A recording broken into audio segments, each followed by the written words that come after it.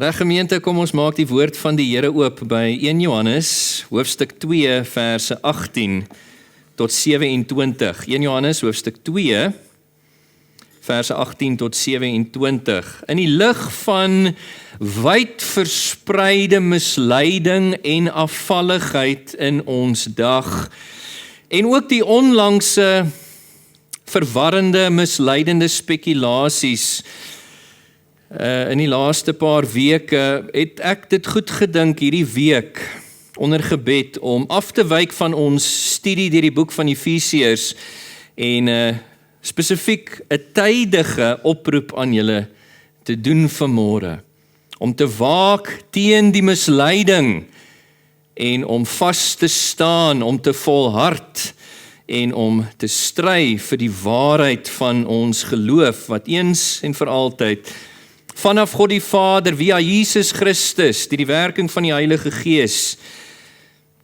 en deur die apostels aan ons die heiliges in sy kerk oorgelewer is. Die titel van hierdie boodskap, soos ek nou genoem het, waak teen die misleiding, volhard in die waarheid. Geliefdes, ons lewe in 'n dag waarin daar meer godsdienstige leesstof is as wat daar sekerlik was in die geskiedenis van die kerk. Te danke natuurlik aan die beskikbaarheid van inligting in die inligtingsera waarin ons leef.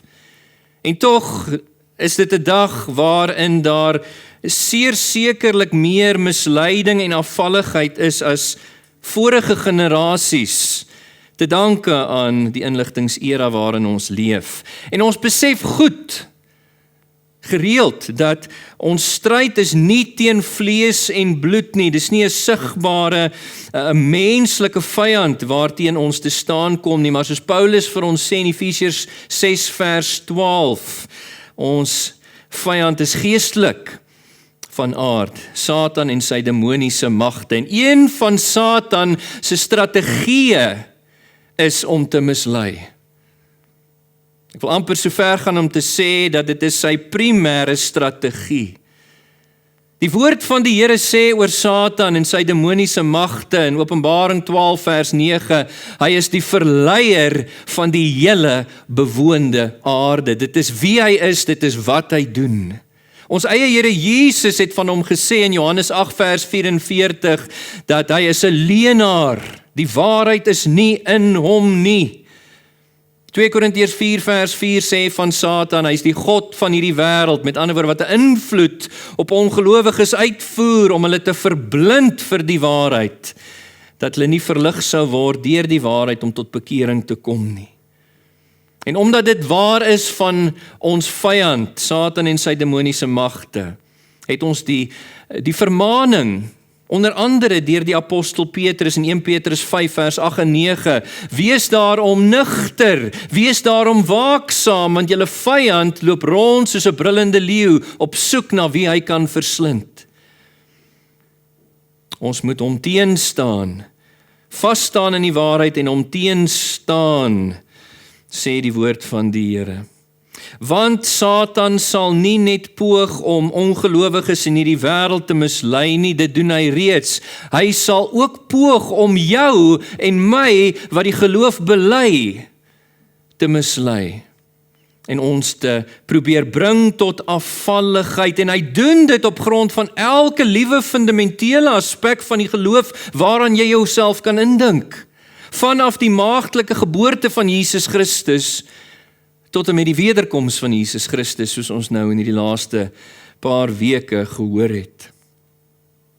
En jy en ek, ons die heiliges, die kerk van ons Here Jesus Christus, ons moet nugter wees, ons moet waaksaam wees, broers en susters, aangesien ons elke dag blootgestel word aan misleiding in die wêreld waar ons lewe, beweeg, werk ensovoorts. En ons word soms selfs nie eers so subtiel nie net blootgestel nie, maar gebreinspoel met misleiding van buite die geleedere van die kerk, maar ook soms van binne die geleedere van die groter kerk van Jesus Christus.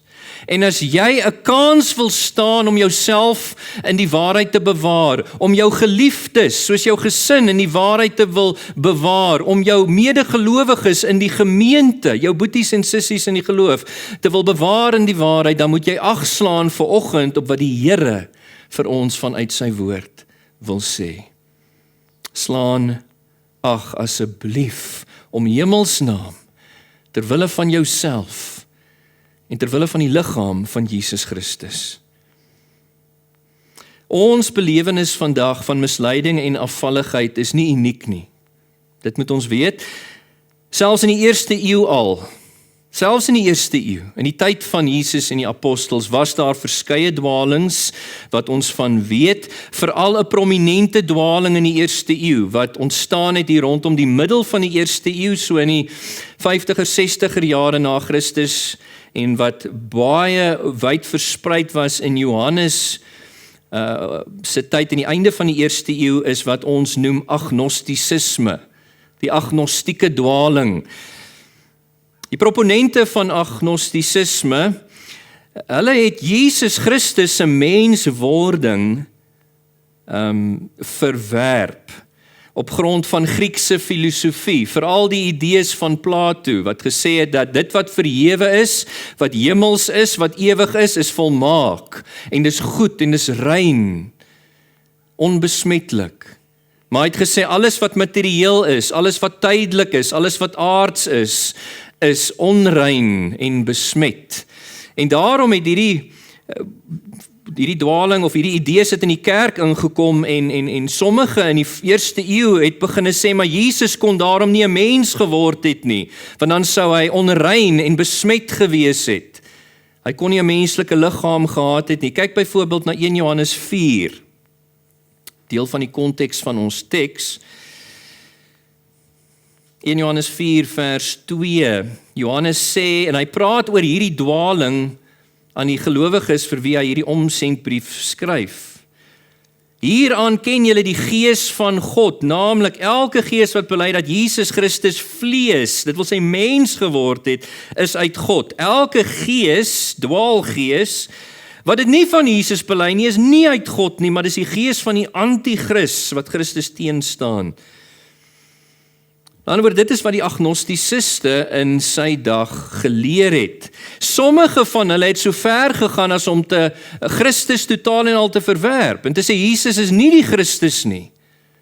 Johannes praat daarvan ook in hierdie brief in ons teks. Kyk byvoorbeeld na 1 Johannes 2 vers 22. Hy sê, wie is die leenaar anders as hy wat ontken dat Jesus die Christus is? Hy is die anti-Christ, wat die Vader en die Seun ontken. En net om vir julle te wys hoe wyd verspreid hierdie invloed was in die vroeë kerk, hierdie misleiding, is dat Judas self vind dit nodig om te skryf teen hierdie mense wat Christus ontken, Jesus as die Christus. Kyk na Judas, net so 'n paar bladsytjies aan. In Judas ek lees sommer vanaf vers 3, hy sê, alhoewel ek vas van plan was om aan julle oor ons gemeenskaplike verlossing te skryf, word ek nou genoodsaak om aan julle te skryf en julle aan te spoor om te stry vir die waarheid van ons geloof, wat eens en vir altyd aan die heiliges oorgelewer is, want sekere mense, let nou op die misleiding, sekere mense oor wie die oordeel reeds lank tevore opgeteken is, het julle geleerdere binne gesypel. In die geleerdere van die groter kerk, goddeloses, mense wat God se genade en losbandigheid laat ontaard, en ons enigste vors en Here Jesus Christus ontken, verbaal, maar ook deur hulle dade. En Johannes die apostel dan skryf in hierdie misleiding in sy dag in. Hy noem diegene wat die waarheid van die geloof verwerp, anti-Christe in ons teks, soos ons sal sien. Dit wil sê anti, die voorvoegsel beteken in die plek van, maar ook teen. Dis hulle wat teen Christus is, die wat hulle self oorgee aan misleiding en die waarheid teenstaan. Hulle staan teen Christus, met ander woorde. En hy waarsku dan die vroeë gelowiges. in die eerste eeu, maar ook vir ons in hierdie teks vandag, teen misleiding, teen afvalligheid. Kyk byvoorbeeld na vers 26 van ons teks, wat ek nou sal lees. Vers 26 van 1 Johannes 2. Hierdie dinge skryf ek aan julle, aangaande daardie mense wat probeer om julle te mislei. Dis die doel van sy skrywe, en hy doen dit so hartlik. Let op, heel eerste woord in vers 18, kinders. Verwysend na kinders van God, maar ook dat hulle was die disippels wat hom gevolg het. Hy het hom ontferm oor hulle. Daar was 'n noue verwantskap tussen Johannes en die vir wie hy skryf, en met soveel ontferming, tog erns vermaan hy en waarsku hy teen misleiding. En vanuit Johannes se waarskuwing hier, geliefdes, teen die misleiding in sy eie dag, gaan ons vanoggend lesse leer omtrent misleiding en hoe om te waak daarteen. Ek hou aan julle voor vanoggend, soos op die bord hier agter my, op grond van die woord van die Here, twee vermaanings, geliefdes, om misleiding, daardie misleiding, afwykings van die fundamentele waarheid van ons geloof. Ek praat nie hier van die nie fundamentele aspekte van die geloof, waaroor ons met mekaar in liefde mag verskil, en waar daar verdraagsaamheid in die gemeente behoort te wees. Ons praat hier van misleiding in terme van die fundamentele aspekte van die geloof, dat julle dit moet verwag in ons dag, en dat julle dit ook moet verwerp, geliefdes, ten sterkste. Ek rig hierdie vermaning aan julle, sodat jy nie meegesleer sal word deur elke nuwe wind van lering, soos 'n golf op die see, onstabiel, onstandvastig nie, eerder dat jy sal kan vasstaan, dat jy sal kan volhard, en sal kan stry vir die waarheid, wat God eens en vir altyd, via Jesus en sy eerste eeuse apostels, aan ons die kerk oorgelewer het. Ons is immers die pilaar en grondslag van die waarheid as kerk van Jesus Christus.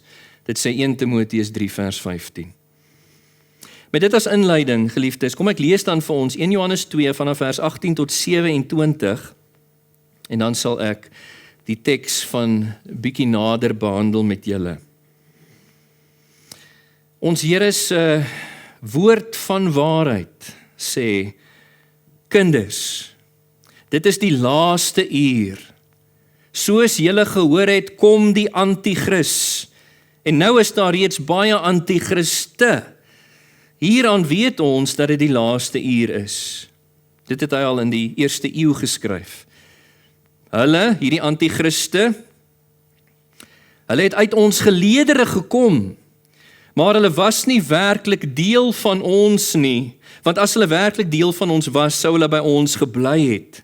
Maar dit moes duidelik word dat nie een van hulle deel van ons is nie.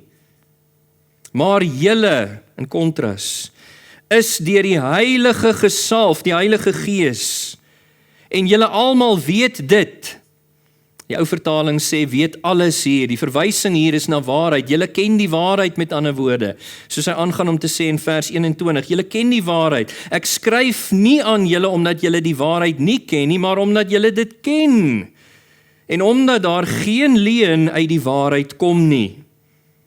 Wie is die leenaar anders as hy wat ontken dat Jesus die Christus is? Hy is die anti-Kris wat teen Christus staan, wat die Vader en die Seun ontken. Elkeen wat die Seun ontken en het nie die Vader nie, wie die Seun bely het ook die Vader. Wat julle dan betref, geliefdes, nou praat hy spesifiek met die gelowiges hier, wat julle betref, en hy praat toepaslik, wat julle van die begin af gehoor het, laat dit in julle bly. As dit wat julle van die begin af gehoor het, vanaf Jesus en sy apostels, as dit in julle bly, sal julle ook in die Seun en in die Vader bly. En dit is die belofte wat hy dan aan ons gemaak het. Per implikasie, as ons in die waarheid bly, naamlik die ewige lewe. Hierdie dinge skryf ek aan julle, aangaande daardie mense wat probeer om julle te mislei. Maar wat julle betref, Die salwing wat julle van hom ontvang het. Die salwing in vers 20 word vir ons gesê is die Heilige Gees. Hy bly in julle en daarom hoef niemand julle te leer nie. Maar omdat sy salwing julle alles leer en omdat dit die waarheid is wat hy julle leer en nie alleen nie, bly in hom, net soos hy julle geleer het. En tot sover het die woord van die Here. Kom ons bid saam, gemeente. Vader, met nederigheid buig ek my voor U neer saam met U gemeente. Ons buig onsself voor U woord van waarheid. U woord, die Bybel wat geïnspireerd, gesaghebend, foutloos en algenoegsaam is om ons wys te maak aangaande verlossing en ook 'n goddelike leefwyse. Ons dank U vir die woord van waarheid wat na ons toe kom en ons onthou, Here Jesus, U hoëpriesterlike gebed aan die Vader, heilig hulle, U disippels, U kerk, heilig hulle in die waarheid, U woord is die waarheid. En daarom buig ons onsself voor U neer en verlang dat U deur die Gees en woord tot ons harte sal spreek. Mag vandag se oproep elke hart raak, ingebrand word en Here vir ons help om te verstaan die erns van hierdie oproep. Verheerlik U self in ons midde. Skenk vir ons begrip. Leer ons, lei ons, o God van waarheid. In Jesus naam. Amen. God bied aan ons vanoggend 'n tydige waarskuwing om misleiding te verwag, geliefdes. Dis die eerste vermaaning, om misleiding te verwag. Ek lees vir ons weer verse 18 en 19. Kinders, dit is die laaste uur. Die laaste era, met ander woorde, het aangebreek met Jesus se eerste koms in hierdie wêreld en daar is nie nog 'n era wat moet kom tussen die kerkera waarin ons is en die koms van Jesus nie. Dit is die laaste era waarin hulle geleef het en ook ons vandag. En soos julle gehoor het, kom die anti-kris wat sal opstaan in die midde van die groot verdrukking en die afvalligheid. Hy kom en nou al reeds in Johannes se dag al in die eerste eeu was daar baie anti-kriste wat dieselfde gees as die anti-kris gehad het, wat die anti-kris wat sal kom. Wat Christus in sy waarheid teen gestaan het. Nou is daar reeds baie anti-kriste en hieraan weet ons, dis die laaste uur van wêreldgeskiedenis. Hulle, hierdie anti-kriste, het uit ons geleedere gekom. Maar hulle was nie werklik deel van ons nie. As hulle werklik deel van ons was, sou hulle by ons gebly het, maar dit moes duidelik word dat nie een van hulle deel van ons is nie. 'n Eerste afleiding vanuit wat Johannes hier skryf is dat misleiding en afvalligheid is 'n realiteit. Geliefde, dis 'n realiteit. Terwille van tyd gaan ek nie vra dat julle na al die tekste toe saam met my blaai vanoggend nie, maar ek wil vir julle herinner, Jesus Christus het geleer as deel van sy profetiese rede. En hierdie einste apostel Johannes wat vir ons hierdie skryf, het daarby gestaan en Jesus se lering gehoor. Toe daar vir Jesus gevra was, nadat hy die tempel verlaat het en die Joodse volk vervloek, verdoem, veroordeel het, vir hom gevra, wanneer gaan die tempel vernietig word? En wanneer gaan die volëinding van die tyd wees, sy wederkoms, die einde van tyd? En Jesus het geantwoord, of sy antwoord begin deur te praat oor die tekens van die tye, daardie dinge wat altyd deel van die kerkera sal wees en wat sal toeneem voor 70 na Christus met die vernietiging van die tempel en wat weer gaan toeneem tydens 'n groot verdrukking voor die wederkoms van Jesus Christus. Jesus het gepraat van die tekens van die tye en die heel eerste een wat hy aangeraak het in Matteus 24 vers 4 is hy het vir sy disippels gesê, pas op dat niemand julle mislei nie. Pas op, die heel eerste teken. In ander woorde, dit het prominensie in sy hart en gedagtes. Hy weet dit gaan 'n realiteit wees en hy waarsku hulle. Moenie dat iemand julle mislei nie, baie gaan in my naam kom en baie sal mislei word. Hy gaan aan in vers 10 van Matteus 24 en praat van die uitvloeisel van daai misleiding. Hy sê, dan sal baie tot 'n val kom. Die groot afval. Mekaar oorlewer, mekaar haat, baie vals profete sal verskyn en hulle sal baie mense mislei. Dit het gebeur in die tyd van die apostels alreeds. En deur die kerkgeskiedenis was hierdie goeters aan die gebeur. In ons dag is dit aan die gebeur. Valse profete sal verskyn en hulle sal baie mense mislei. En omdat die wetteloosheid sal toeneem, sal baie se liefde afkoel. Mag dit nooit van jou en my gesê word nie. Wie egter volhard, vashou aan die waarheid tot die einde toe sal verlos word. Dit was Jesus se lering. En op grond van dit wat Jesus en ook ander apostels vroeër in die eerste eeu gesê het, maak Johannes nou aan die einde van die eerste eeu ook hierdie stelling. In vers 18, daar's nou al reeds baie antichriste, misleiers wat die waarheid teenstaan en daaraan weet ons, dis soos Jesus gesê het. Ons leef in die laaste era, die laaste uur van wêreldgeskiedenis. Misleiding en afvalligheid was vir hulle in die eerste eeu alreeds 'n realiteit. En ook in die eerste 21ste eeu, in ons dag, is dit so. Nog 'n afleiding wat ek hier wil uitwys vanuit wat Johannes skryf, is dat hierdie misleiding kom dikwels vanuit die geleedere van die groter kerk van Jesus Christus. En dit is wat dit so gevaarlik maak. En dit kom baie keer van hulle af wat ons sou sê, maar hulle bely dan dieselfde geloof as ek. Dis onskuldig. Né? Hulle weet hoe redeks gemaak word. 95% goeie kos, anders sou die rot dit nie geëet het nie. 5% dodelike gif wat daai rot doodmaak. Versigtig, dit is wat misleiding so gevaarlik maak. Satan en sy demoniese magte gebruik dikwels belydende gelowiges. Maar as jy die skrifte lees, as jy agterkom dat Jesus en sy apostels praat ook van dit. Jesus noem hulle wolwe in skaapsklere in Matteus 7 vanaf vers 15 en aan. Valse profete. Hulle het skaapsklere aan, hulle bely die geloof, maar hulle is eintlik wolwe, want hulle staan hom teë deur af te wyk van die waarheid van God. Judas, wat ek vanoggend vir julle gelees het, hy sê, hierdie misleiers, wie se oordeel lankal reeds opgetree is, het julle geleedere ongemerk binne gesypel. Weet julle wat, kom ons blaai saam na Handelinge 20 toe. Ja, ek wil vra dat julle wel na hierdie teks toe blaai. Net dat julle sien, dit is onder die apostels is daar duidelike en konstante waarskuwings gewees vir die kerk deur die eeue, ook in die eerste eeu, om te waak teen misleiding. Handelinge 20, vers 28 tot 31. Paulus spreek hier die ouderlinge van die Efese kerk aan, waar hy 3,5 jaar 'n wonderlike bediening gehad het. Hy het aangeland per skip by Milete, hy het die ouderlinge van Efese laat kom, en hier praat hy nou met hulle. Hy sê, pas julle self op, ouderlinge, en ook die hele kudde, die hele gemeente, oor wie die Heilige Gees julle as opsieners aangestel het, om die gemeente van God, wat hy deur sy bloed verwerf het, herderlik te versorg. Hoekom maak hy hierdie ernstige oproep?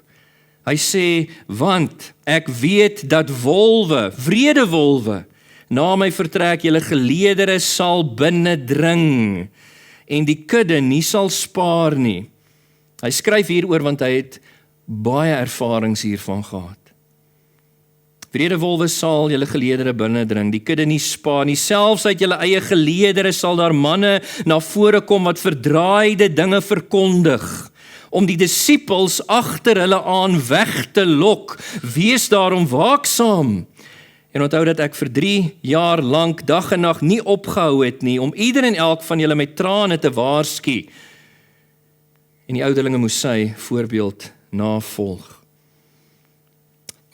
Hierdie misleiding kom dikwels vanuit die geleedere van die kerk.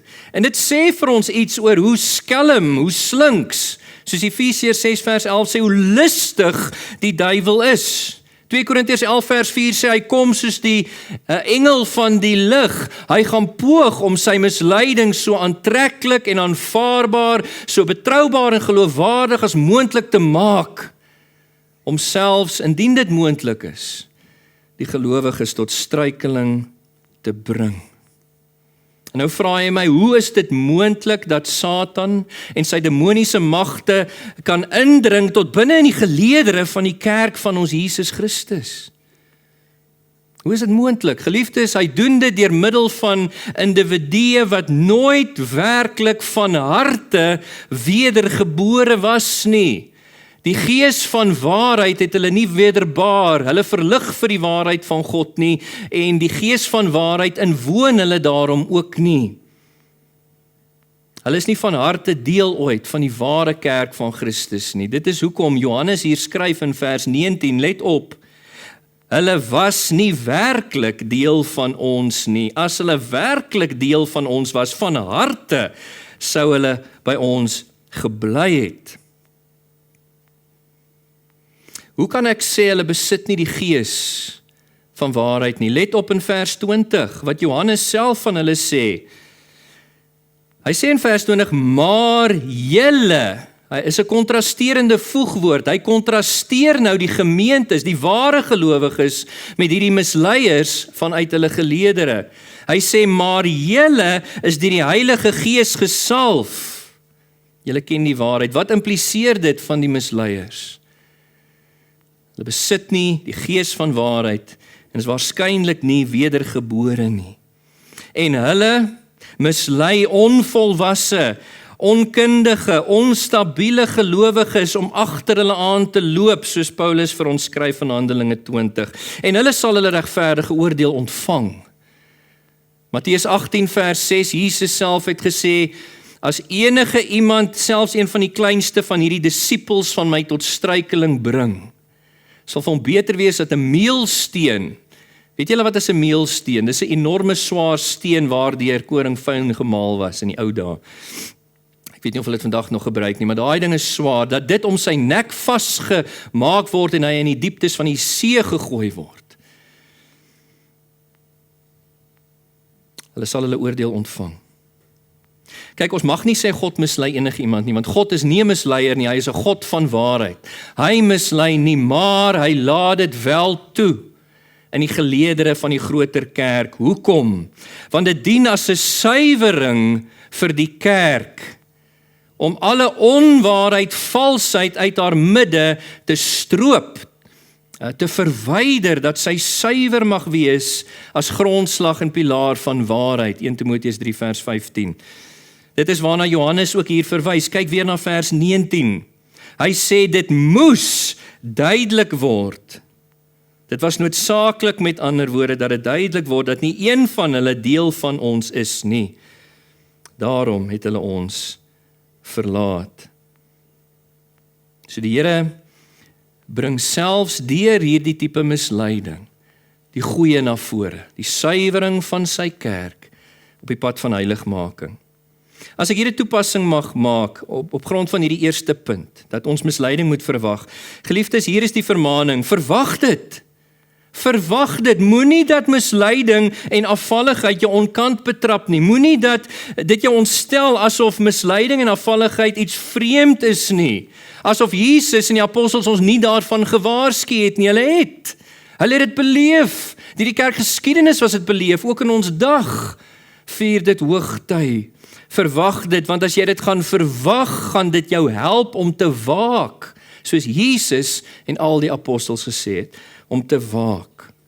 En dit beteken om nie goedgelowig te wees nie. Dis 'n mooi Afrikaanse woord wat beteken, jongens, om nie gullible te wees nie. Om nie alles vir soet koek op te vreet nie. Nie maar net alles te aanvaar as waarheid wat jy hoor in die naam van Christendom nie. Ek meen, kyk wat skryf die einste Johannes hier in 1 Johannes 4 vers 1. Hy sê vir hulle om te waak, om nie goedgelowig te wees nie. Hy sê, moenie elke gees glo nie. 1 Johannes 4 vers 1, moenie elke gees glo nie. Toets nie geeste of hulle van God afkom. Met ander woorde, toets of 'n lering van die Heilige Gees afkom en of dit een of ander dwaalgees is. Satan en sy demoniese magte wat daardie dwaling aanblaas. En ons moet waak, want Petrus sê ook vir ons, jy wat staan, dis nou 1 Korintiërs 10 vers 12, as my skrifkennis my nie in die steek laat nie, jy wat staan, pas op dat jy nie val nie. Is moontlik om self onder die misleiding van ander te kom, beïnvloed te raak. Gelukkig deur die Here se genade, die wat werklik aan hom behoort, sal nie end uit daarin bly nie, want die Here is getrou en deur sy gees van waarheid sal hy hulle terugbring. Maar ons moet waak dat ons nie val nie. Daar's 'n rede hoekom Johannes, ook soos Jesus en die ander apostels, gewaarsku het teen misleiding. Dat ons nie daardeur beïnvloed sal word nie. Ons moet versigtig wees om vir wat ons oë en ons ore uitleen. Ek wil dalk hier praat met die seniors onder ons en ook die jongelinge onder ons, eintlik almal. Let op wat jy lees, let op wat jy hoor, moenie net alles aanneem nie. Baie keer sien 'n mens dat van die ouer mense wat dalk al afgetree is en meer tyd op hande het, hulle ontvang 'n klomp goedjies via sosiale media en hulle stuur dit sommer net aan. Jy moet dit nie doen nie. Maak seker dat dit die waarheid is, want as jy dit net aanstuur, versprei jy dalk misleiding. En het jy 'n aandeel in die werk van die bose. Jong mense, julle lewe in 'n wêreld van sosiale media. Ek gee dalk nou my ouderdom weg, maar ek het nie groot geword met sosiale media soos ons dit vandag ken nie. Vandag word julle gebombardeer van alle oorde af, op soveel toepassings, met allerhande waarhede. Waak, wees versigtig wat julle na luister, wat julle lees, veral op sosiale media. Verwag dit en waak, geliefdes. God bied aan ons 'n tydige waarskuwing, nie net om misleiding te verwag nie, maar ook tweedens om dit te verwerp. Ons moet dit verwerp, geliefdes. Ek lees vir ons teks vanaf vers 20. Volg saam met my in jou Bybel. 1 Johannes 2 vers 20. Maar julle, skryf die apostel Johannes, is deur die Heilige gesalf. En julle almal weet dit. Ek skryf nie aan julle omdat julle die waarheid nie ken nie, maar omdat julle dit ken en omdat daar geen leuen uit die waarheid kom nie. Wees die leenaar anders as hy wat ontken dat Jesus die Christus is. Hy is die anti-kris wat die Vader en die Seun ontken. Elkeen wat die Seun ontken, het nie die Vader nie, en wie die Seun bely, het ook die Vader. Wat julle betref, wat julle van die begin af gehoor het, via Jesus en die apostels, laat dit in julle bly. As dit wat julle van die begin af gehoor het in julle bly, sal julle ook in die Seun en in die Vader bly, in julle verwantskap tot hom. En dit is die belofte wat hy aan ons gemaak het, die ewige lewe. Hierdie dinge skryf ek aan julle aangaande daardie mense wat probeer om julle te mislei.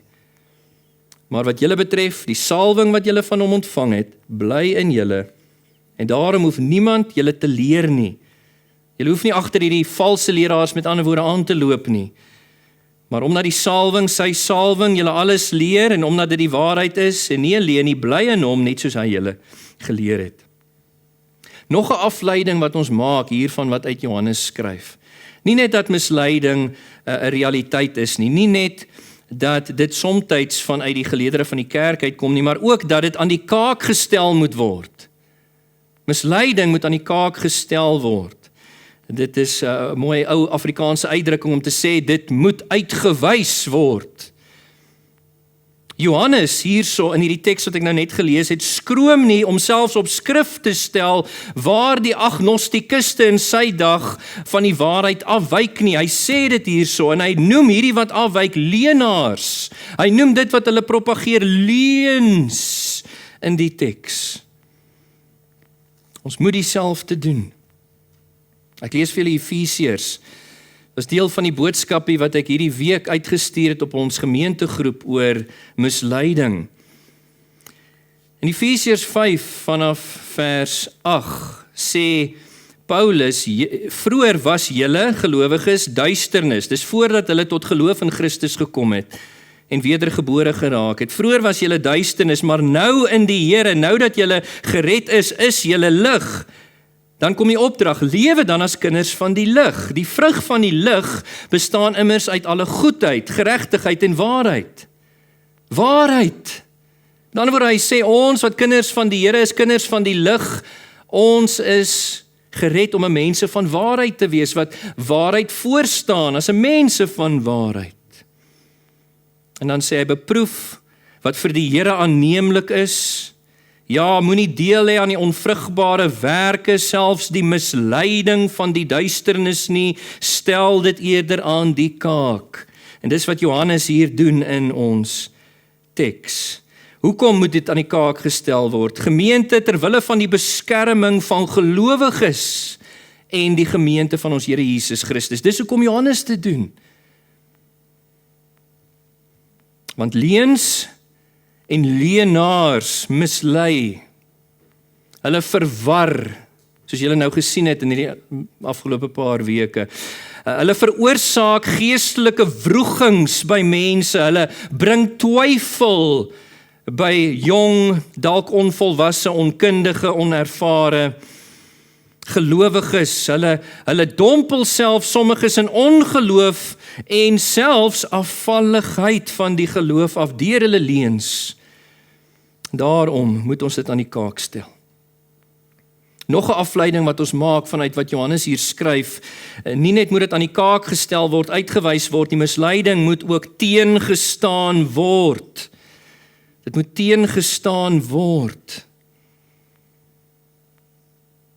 Dis hoekom Johannes hier skryf, die gelowiges moet toesien dat hulle bly by wat hulle van die begin af gehoor het, by Jesus en by die apostels. Hulle moenie bly by dit wat nie deur Jesus en die apostels geleer was nie, met ander woorde. En ons is bevoorreg, want die apostels van ons Here Jesus het daardie selfde leer wat hulle aanvanklik aan die kerk oorgelewer het, vir ons opgeteken in die briewe van die Nuwe Testament. En ons het daai waarheid vanaf God in die Bybel. Moenie afwyk van dit wat Jesus en sy apostels geleer het, van die begin af. Dit wat opgeteken is vir ons in die Bybel. Moenie afwyk daarvan af agter leuns en leenaars aan nie. Want die waarheid is belangrik vir ons God van waarheid, nie waar nie.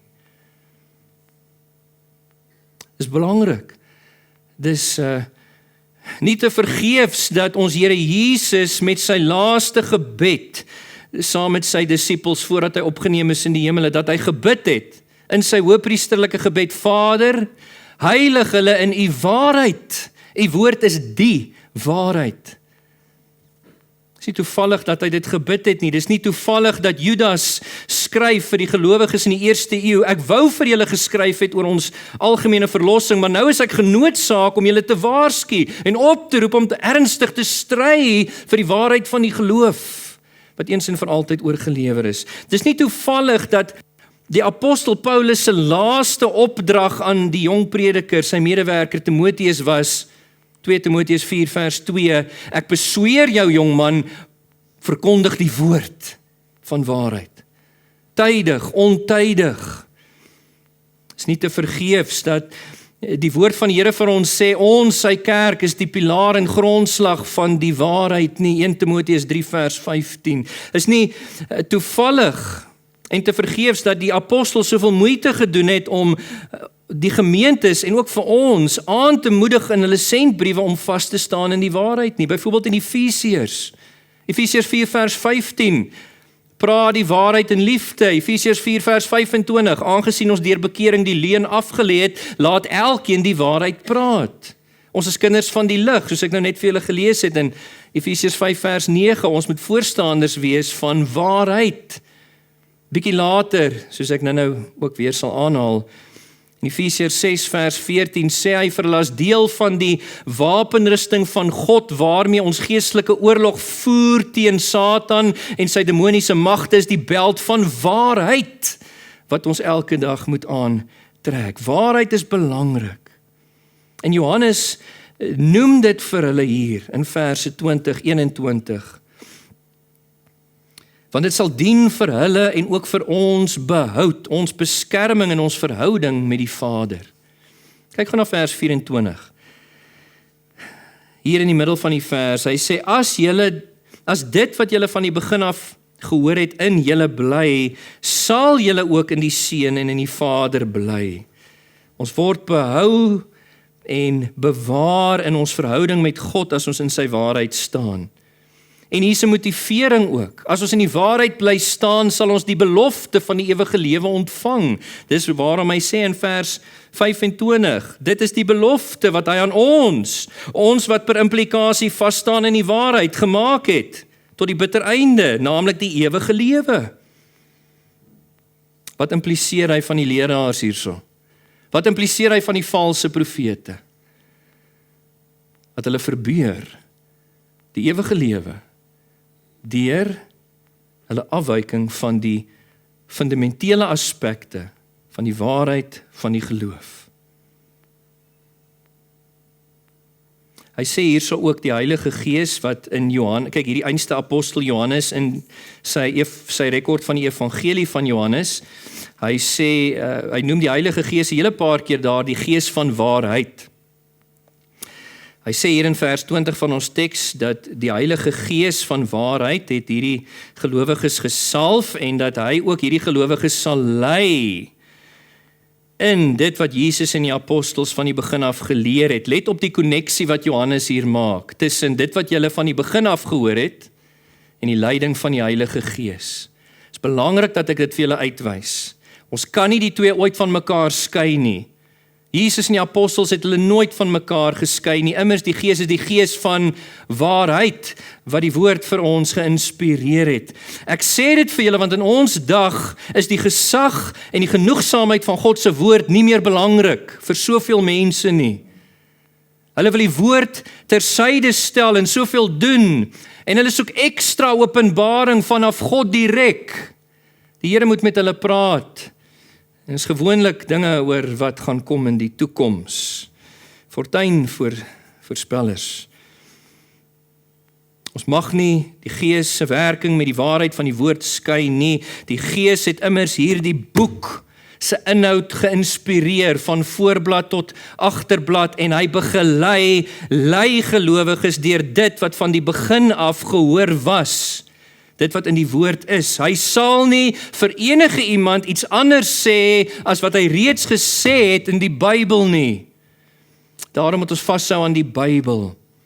Wanneer ons die Gees en die Bybel van mekaar ontkoppel en ons beweer dat die Gees met ons praat en werk, apart van die waarheid van die woord, dan beweeg ons op subjektiewe dun ys. Want wil jy weet, Satan en sy demoniese magte kan ook in jou oor fluister en subjektiewe impulse en indrukke by jou skep. Wat is die objektiewe maatstaf waaraan ons dit kan toets? Wel, die woord, die Bybel is die objektiewe maatstaf van waarheid, die hoogste bron van gesag en waarheid waarna ons draai, as ons wil weet wat God deur sy Gees vir ons sê. En daarom moet ons konstant in die woord wees. Geliefde, lees jy nog jou Bybel? Moet dit nie verwaarloos nie, elke oggend, elke aand, as die Here jou die geleentheid gee. Of ten minste eenmaal 'n dag, lees die Bybel, bestudeer die Bybel, memoriseer die Bybel, mediteer oor die Bybel. Die Bybel moet kern wees in jou lewe. Jy moet as dit ware met die Bybel onder die arm loop, daagliks, sodat jy gefestig kan wees in die waarheid van God se woord. Soos ek weer hier toepassing kan maak. Ons het 'n tydige waarsku vanaf God om misleiding te verwerp. Hier is die tweede vermaaning. Verwerp dit. Verwerp misleiding. Vertrou dat die Gees van waarheid wat ons lei in die waarheid jou sal help. Eerstens om jouself te beklee met die beld van waarheid. In die eerste eeu, die idee van 'n beld was, onthou almal het rokke gedra. Dalk sê die mans het nie rokke gedra nie, hulle het 'n kleed gedra. Maar dit was 'n los ding en mense het baie keer verstrengel geraak daarin. Die idee van die beld was om dit waarin hulle verstrengel kan raak vas te bind, dat hulle nie val daaroor nie. En dit is die idee van Efesiërs 6 vers 14. Dat ons ons denke vasbind as dit ware rondom die woord, sodat ons nie verstrengel raak in die misleiding van die wêreld nie. Trek die beld van die waarheid aan. En tweedens dan, toets alles aan die woord van God. Ons moet leer om te raak soos die Bereane waarvan Handelinge 17 vers 11 praat. Dat selfs vir Paulus en Barnabas het hulle nie sommer net alles ingeslurp en aanvaar as waarheid nie. Hulle het teruggegaan na die skrifte toe, sê die teks, en dag en nag die Bybel ondersoek om te sien of daardie dinge wat hulle sê so was. Ons moet daardie edelmoedige gesindheid hê. Toets alles aan die woord van die Here. En as dit nie in lyn is met die waarheid van God se woord nie, moet dit verwerp word. Indien ons uitvind, begelei word deur die gees van waarheid om te besef iets is vals, wat moet ons doen? Wel, soos die teks nou gesê het vandag, stel dit aan die kaak. Volg Johannes, die apostel se voorbeeld in die teks. Wys dit uit. Hier wil ek spesiaal met die ouderlinge praat van hierdie gemeente. Broers, soos Johannes hier, moet ons in die positiewe sin die waarheid bevestig by die gemeente konstant. Kyk gou saam met my na 1 Johannes 2 vers 12 tot 14, julle kan almal saam met my kyk. Een bladsytjie terug. In die konteks van ons teks, let op hoe bevestig hy hierdie gelowiges in die waarheid, in die aangesig van die misleiding rondom hulle. Hy sê, ek skryf aan julle kinders, omdat julle sondes vergewe is, op grond van sy naam, Jesus se naam. Moenie dat ander julle mislei hieroor nie. Ek skryf aan julle vaders, omdat julle hom, Jesus, ken, wat van die begin af was. Moenie dat iemand julle mislei hieroor nie. Ek skryf aan julle jong mense, omdat julle die bose oorwin het. Moenie dat iemand julle mislei hieroor nie. Ek skryf aan julle en so gaan hy aan. Kyk gou na vers 21 van ons eie teks. Ek skryf nie aan julle omdat julle die waarheid nie ken nie, maar juis omdat julle dit ken. Hy sê, moenie luister na die misleiers nie. Julle ken die waarheid, wat van die begin af deur Jesus en die apostels aan julle oorgelewer was. So, in die positiewe sin moet ons die waarheid bevestig onder mekaar, konstant. Maar broers, ons moet ook die waarheid, die valsheid uitwys, dit by die naam noem, soos vers 21 tot 23 hier sê. Hy praat hier oor die leuen. Daar's geen leuen uit die waarheid nie. Wie anders is die leenaar as hy wat ontken dat Jesus die Christus is, die misleiers? Ons moet dit doen. Gemeente, ek wil vir julle ook sê, hou aan om dit te doen. Die ouderlinge moet dit doen, ons moet die voorbeeld stel en toesien dat dit gedoen word, dat dit plaasvind, maar julle moet dit ook doen, want ons rus julle toe vir die werk van die bediening. Ek is nou besig om julle toe te rus vir die werk van die bediening, dat julle hierdie doen onder mekaar. Want onthou, julle is soos die Here se woord sê, die pilaar en grondslag van die waarheid. Ons het hierdie kosbare skat, die waarheid van God, die inhoud van ons Christelike geloof ontvang, deur diegene wat ons voorgegaan het, wat getrou was. Ons moet dit beskerm vir ons kinders, ons kleinkinders, tot eer van die Here. Ouer mense, baie keer voel jy dalk, jy het nie meer waarde nie, jy's nou 'n bietjie ouer, jy kan nie meer doen wat jy gedoen het nie. Wil julle weet, hierdie einste Johannes wat hierdie skryf, oorlewering sê vir ons, hy was nadat hy op Patmos was, waar hy die openbaring ontvang het, het hy sy laaste jare in die Efese gemeente deurgebring, wat vir hom so kosbaar was. En hy was later so oud, hy kon nie meer stap nie. Hulle het hom in die eredienste ingedra en dan het hy aangehou om hulle te vermaan en die waarheid aan hulle voor te hou. Jy kan ook. Wees 'n bidder. Bemoedig jou boeties en sissies, veral die jonger generasie. Ons het nodig om die aflosstokkie by julle te vat, sodat ons dit goed in hand kan hê om dit goed weer af te gee. Bemoedig die jongeres met die waarheid van die woord, dat ons standvastig daarin kan wees. Ons moet dit doen ter wille van die behoud en bewaring van jouself, jou geliefdes en die gemeente. En moenie skugter wees nie. Moenie timid wees nie. Dit is om 'n gebrek aan moed te hê. Wees heldhaftig. En die ingesteldheid van ons tyd is om skugter te wees. Moenie bang wees. Om skaamteloos die waarheid te praat, maar in liefde. Ferm, maar in liefde. En dan wil ek ook sê, indien die Here deur sy gees van waarheid uitwys in die lig van die woord dat iets onwaar is. Stel dit aan die kaak, maar ook vermy dit. Vermy die leuns, vermy die leenaars totaal en al. Moenie weer na hulle gaan luister nie. Hulle wat afwyk van die fundamentele aspekte van die geloof. Blaai gou 2 bladsytjies om. Kyk hoe ernstig voel hierdie einste Johannes oor wat ek nou sê. In 2 Johannes vers 9 tot 11. 2 Johannes vers 9 tot 11. Hy sê elkeen wat nie by die leer van Christus bly nie, hy spreek die misleiding van sy dag aan. Maar verder as dit wil gaan, het God nie. En dan sê hy, wie by die leer bly, so iemand het die Vader sowel as die Seun. As iemand na julle toe kom en nie hierdie leer, ons mag sê die waarheid van God se woord oordra nie, moet julle hom nie in julle huis eers ontvang nie, moet hom nie eers groet nie. Want wie hom groet, het aandeel aan sy bose werke. Ons moet die valsheid vermy, so ver as wat ons kan. Ek sluit hierdie boodskap af net deur te sê, ons het 2 vermaanings ontvang op grond van die woord van die Here vanmôre.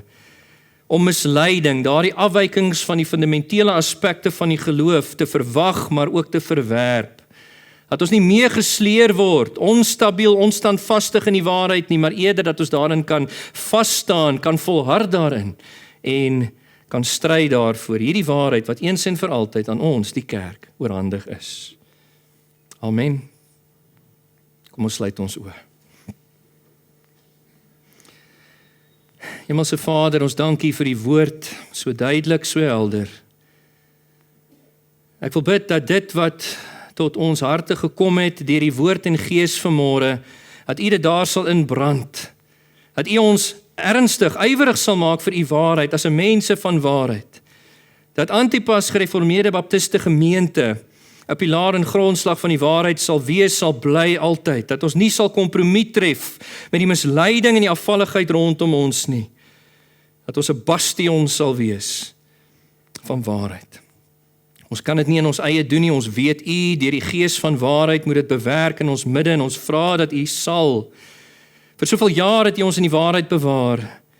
Doen dit steeds en bewys U self goed en getrou soos wat ons weet U is. Wees die naprediker van die woord tot ons harte in die dae wat voorlê en seën ons ook nou met die afsluiting van hierdie erediens, met die slotlied, die seënbede, die samesyn en ook dan die doopgeleentheid hierna. Dit vra ons in Jesus naam. Amen.